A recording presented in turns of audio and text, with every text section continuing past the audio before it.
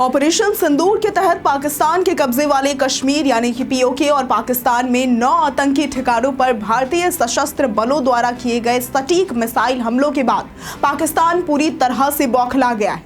इसी बौखलाहट में उसने गुरुवार की देर शाम जम्मू, पठानकोट और जैसलमेर तक भारत के कई सैन्य ठिकानों को ड्रोन और मिसाइल हमलों से निशाना बनाने की कोशिश की।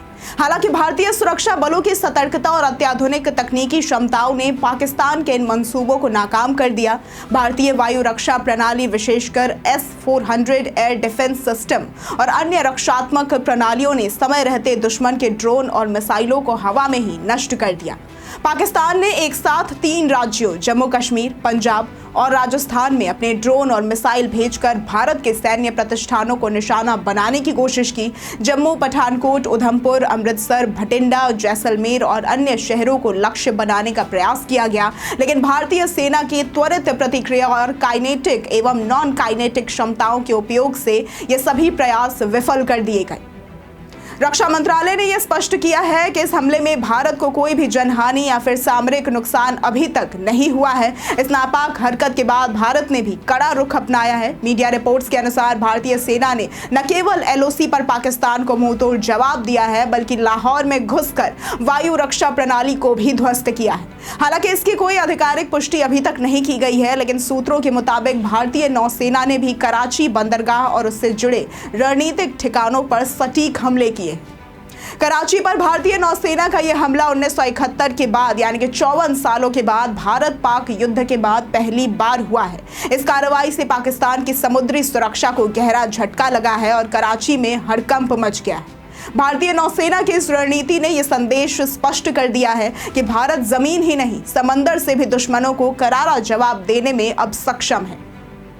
रक्षा एवं सुरक्षा प्रतिष्ठानों के अनुसार भारत ने पाकिस्तानी हमले के जवाब में S-400 मिसाइल रक्षा प्रणाली, सतह से हवा में मार करने वाली मिसाइलें और मानव रहित विमान रोधी प्रणाली का उपयोग किया है। इसके चलते पाकिस्तानी मिसाइल और ड्रोन भारतीय सीमा में पहुंचने से पहले ही नष्ट कर दिए गए।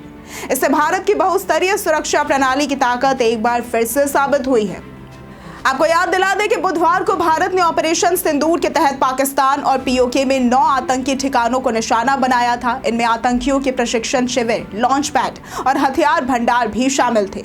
यह हमले रात के समय किए गए और सटीकता के साथ लक्ष्यों को तबाह भी किया गया। यही कारण था कि पाकिस्तान ने जवाबी हमले की हड़बड़ी में भारत के खिलाफ ये नाकाम कोशिश कर डाली। सिर्फ सैन्य स्तर पर ही नहीं, भारत ने कूटनीतिक स्तर पर भी पाकिस्तान की घेराबंदी शुरू कर दी है। संयुक्त राष्ट्र और अन्य वैश्विक मंचों पर भारत पाकिस्तान के इस दुस्साहस को उजागर कर रहा है ताकि अंतर्राष्ट्रीय समुदाय को उसकी नापाक मंशाओं से अवगत कराया जा सके। इस पूरे घटनाक्रम ने यह साबित कर दिया है कि भारत अब हर मोर्चे पर पूरी तैयारी के साथ अपने दुश्मनों का सामना कर रहा है, चाहे वो जमीन हो, आकाश हो या फिर समंदर हो। ऑपरेशन सिंदूर ने आतंक के ठिकानों को ध्वस्त कर दिया और पाकिस्तान की जवाबी कोशिशों को भारतीय सशस्त्र बलों ने मुंहतोड़ जवाब देकर विफल कर दिया है। भारत अब केवल प्रतिक्रिया नहीं देता, बल्कि पहले से तैयार खड़ा है और हर चुनौती का जवाब देने के लिए पूरी तरह से सक्षम है। अभी तक की खबर में सिर्फ इतना ही। जय हिंद, जय भारत।